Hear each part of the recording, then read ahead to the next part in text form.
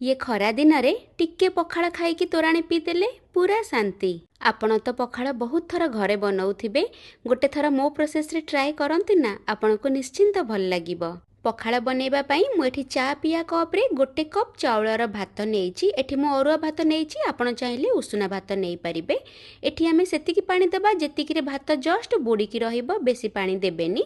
एठी मु 6 चामच दही दउची, टिके खटा दही नेबे बहुत भल लागिबो। एठी दही देला परे मु आंब कसिया अदा 1 इंच पाखापाखी को छेचिकी नेइची, आपण चाहिले कोरिकी नेइ परिबे। एठी मु 1 चामच लूण दउची, एठी मु अध चामच बीट लूण दउची जोडा पखाळ को बहुत टेस्टी करिवो।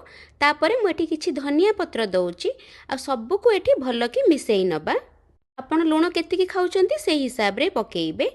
तो एबे चलंतु पखाळ हमर रेडी हैला, गोटे भलो तड़का पई आमे रेडी करनबा।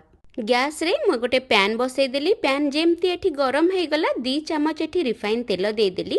तेल गरम हैला परे अध चामच जीरा, अध चामच सोरिष, 2टा सुखिला लंका, 2टा कंचा लंका आउ किछि भुसंग पत्र देइची। तापरे पखाळ रे भलो फ्लेवर पाई एठी हेंगु मु 2 पिंच रु 3 पिंच देइची। सबको लो फ्लेम रे टिके जस्ट भाजी नबा, जेमती फुटणा हमर फुटी जिवो, भलो बास्ना आसी जिवो। ताकु नेकी पखाळ रे ढाली दबा आउ मिक्स कर नबा। जय जगन्नाथ।